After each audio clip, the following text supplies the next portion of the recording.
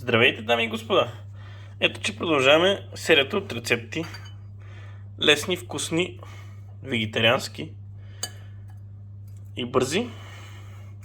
Виждате, нарязали сме лук, доматки и краставичка, така на по-едри парчета. Може би вече се досещате какво ще правим. Тук имаме нарязани традиционното сирене фета, а именно гръцка салата. И това, което ми остава да направя, малко оцет, италиански, разбира се. Ако имате гръцки, сложете и гръцки. Хубав зехтин, екстра върджин. Така, сложете повече и да е скъп. И знаете с какво върви тази салата. Аз в случая нямам, но живи и здрави. Трябва малко сол да се сложи, затова отивам да я взема.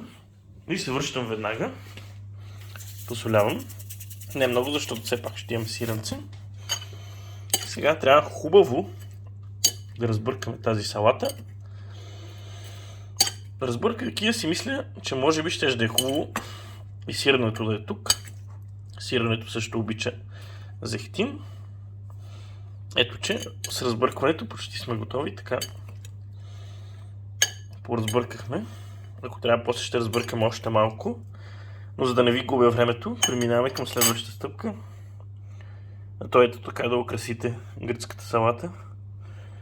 Слагате първо под формата на слънце, после на вътре ромб, който прераства в правоъгълен паралелепипед и накрая става трапец от сиренца. Ето виждате колко е красиво.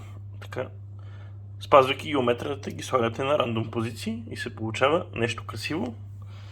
А именно гръцка салата. Можеше по-малко купчета да сложа. И последния штрих, така нека това да не пречи, ще бъде, видяхте тук имаме една поправка,